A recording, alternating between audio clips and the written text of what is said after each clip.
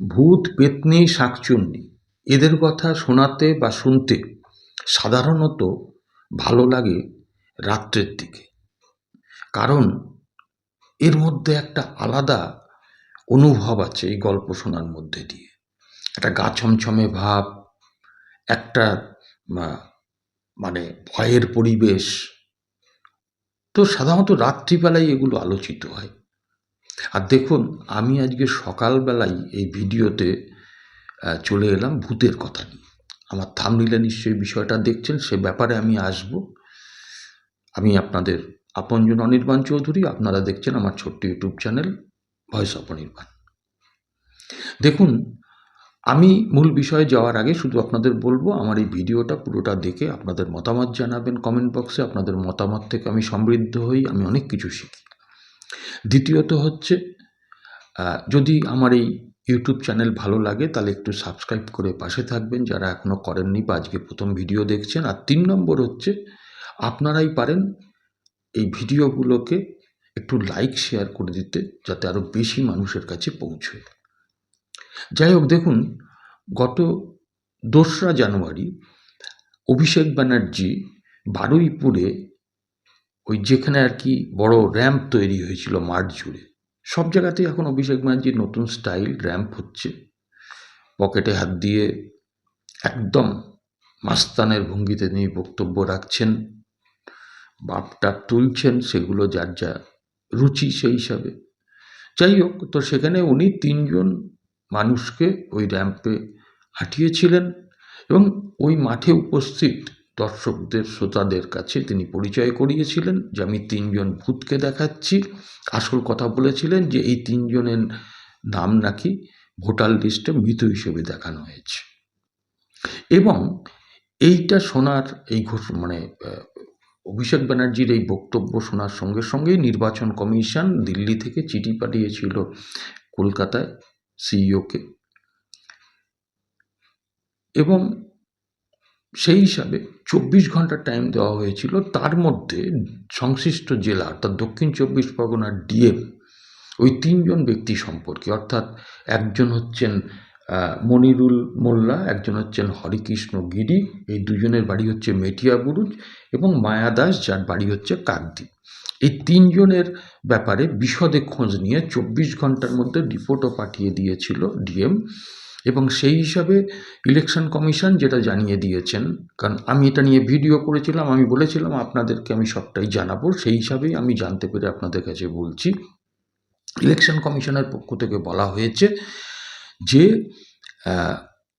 ওই সংশ্লিষ্ট বুথের যারা বা বুথগুলোর যারা বিএলও, তারা অনিচ্ছাকৃত ভুল করে ফেলেছে, এবং এই ভুলটা করার পরে, তারা আপলোড করে দেওয়ার পরে তাদের কাছে যখন অন্যান্য বিষয়গুলোর মতন এটাও মনে হয়েছে যে না, এটা আমরা ভুল করলাম, এটা কোট আনকোট বিএলওদের বক্তব্য, যেটা ইআরও মাধ্যমে গেছে আপনার নির্বাচন কমিশনের কাছে, যে তাতে বলা হয়েছে যে যখন জানতে পারা গেছে, বোঝা গেছে যে এটা ভুল হয়েছে, তখন সঙ্গে সঙ্গে তাদের কাছে 6 নম্বর ফর্ম, যার মধ্যে দিয়ে নতুন করে নাম তোলা যায়, সেই ফর্ম তাদের কাছে পৌঁছে দেওয়া হয়েছিল। সেটা অভিষেক বন্দ্যোপাধ্যায় অভিযোগ করার অনেক আগে। কে বলছেন? বিএলও বলছেন। কার মাধ্যমে বলছেন? ইআরওর মাধ্যমে, যিনি জেলা শাসকের মাধ্যমে নির্বাচন কমিশনে রিপোর্টটা পাঠিয়েছেন। এখন প্রশ্ন হলো যে আমি সেক্ষেত্রে দেখবেন এই ডেসক্রিপশন বক্সে সেই আমার ভিডিওর লিঙ্ক দেওয়া আছে। আমি বলেছিলাম যে অভিষেকের অগ্নি পরীক্ষা, তো সত্যি অগ্নি পরীক্ষায় আপাত হয়তো দেখলে মনে হবে যে অভিষেক ব্যানার্জি একেবারে সত্য ঘটনাটাই তুলে ধরেছেন, কিন্তু এর মধ্যে কতগুলো বিষয় আছে, পেছনে কি আছে। দেখুন, আমি বলছি যে আপনারাও জানেন যে দক্ষিণ 24 পরগনার ডায়মন্ড হারবার থেকে 7 লক্ষের বেশি ভোটে জেতেন আঞ্চলিক তোলামূল দলের সর্বভারতীয় সাধারণ সম্পাদক অভিষেক ব্যানার্জি, যাকে কেউ বলেন ভাইপো, কেউ বলেন খোকাবাবু। এখন প্রশ্নটা হচ্ছে যে আজকে উনি হচ্ছেন দক্ষিণ 24 পরগনার রাজা, আর ওনার সেনাপতি হচ্ছেন কুখ্যাত জাহাঙ্গীর। এটা মানুষ বলে কুখ্যাত, আমাকেও অনেকে বলেছে। আজকে ওই দক্ষিণ চব্বিশ পরগনা জেলাতে বিরোধীদের ভোট দেওয়ার, বিরোধীদের মতামত রাখার জায়গা অত্যন্ত কম। সেখানে কিভাবে ভোট হয় সবাই জানেন।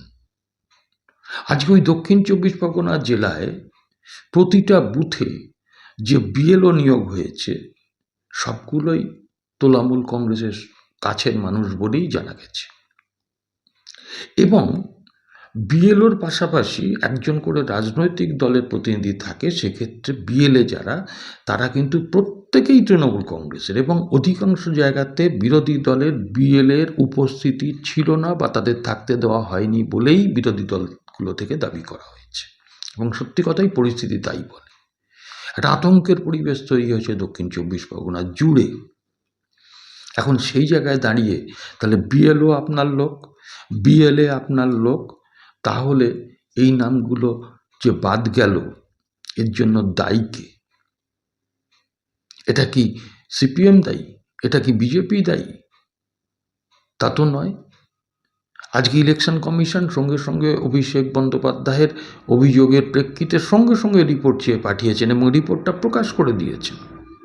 এখন ইলেকশন কমিশন এই বিএলএদের ব্যাপারে, মাফ করবেন, বিএলওদের ব্যাপারে কি সিদ্ধান্ত নেন সেটা এখন দেখতে হবে।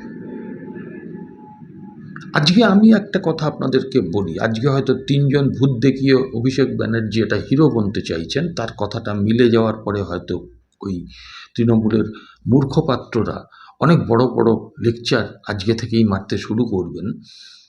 কিন্তু এটা তো ঘটনা যে এই দক্ষিণ চব্বিশ পরগনা জেলায় এসআইআর এর সময় শুরুতে কি দেখা গিয়েছিল, যে বুথের পর বুথ, দক্ষিণ চব্বিশ পরগনায় বুথের পর বুথ 2009 থেকে 2025 এই সুদীর্ঘ 14 বছরে বুথের পর বুথে কোনো মানুষ মারা যাননি। পরবর্তীকালে নির্বাচন কমিশন অত্যাধুনিক প্রযুক্তি এবং ক্রস চেকিংয়ের মাধ্যমে দেখতে পান যে সেখানে তো অনেক ভূত আছে, কিন্তু সেগুলোকে জীবন্ত করে রাখা হয়েছে। সেটা কি করে হলো? অভিষেক বন্দ্যোপাধ্যায় বা তৃণমূলের লোকেরা কি বলবেন? আর এটা যে ক্রিয়েটেড ব্যাপার অনেক ক্ষেত্রে, সেটা পরিষ্কার হয়ে যায় কোথায় জানেন? এই ডানকুনিতে সেদিনকে শুনছিলাম যে তৃণমূলেরই একজন কাউন্সিলর মিউনিসিপ্যালিটি অঞ্চল, তাকে নাকি মৃত বলে দেখানো হয়েছে। সেই কাউন্সিলর নিমতলা ঘাটে না কেওড়াতলা ঘাটে গিয়েছেন, গিয়ে সাংবাদিকদের সামনে ফলাও করে বলছেন। ওনার তো লজ্জা করা উচিত যে তৃণমূলের অর্থাৎ শাসক দলের কাউন্সিলর, সেখানে বিএলও বা বিএলএ যদি সব জায়গাতে বিরোধীটা থাকে, সেইখানে তো অন্তত কাউন্সিলরের লোক থাকবে। তাহলে কাউন্সিলরের লোকই কাউন্সিলরকে মৃত বলে দেখাচ্ছেন, এটা কি বিশ্বাসযোগ্য? নাকি এইভাবে একটা পরিস্থিতি তৈরি করে এসআইআরটাকে ঘেঁটে দেওয়া বা পুরো প্রক্রিয়াটাকে বানচাল করার একটা কৌশল? এটা যথেষ্ট প্রশ্ন দাবি রাখে। মমতা বন্দ্যোপাধ্যায় 3-3টে চিঠি দিয়েছেন নির্বাচন কমিশনকে, আবার বলছেন সুপ্রিম কোর্টে যাবেন, তিনি সেখানে লড়বেন। জানি না সুপ্রিম কোর্ট যারা শ্রদ্ধেয় বিচারপতি, তারা মানে সেখানে বসে শুনানি চলাকালীন মুখ ঢেকে হাসবেন না অট্টহাস্য করবেন, সেটাই এখন দেখার অপেক্ষায় রইলাম। যাই হোক, তো এই ব্যাপারটা আমার জানানোর আপনাদের কাছে আমি কথা দিয়েছিলাম, আমি জানালাম। এবারে আপনারা আপনাদের মন্তব্য কমেন্ট সেকশানে লিখবেন, এবং আজকের মতো এইটুকুই বলে আবার পরবর্তী এপিসোডে দেখা হবে। নমস্কার, সবাই ভালো থাকবেন।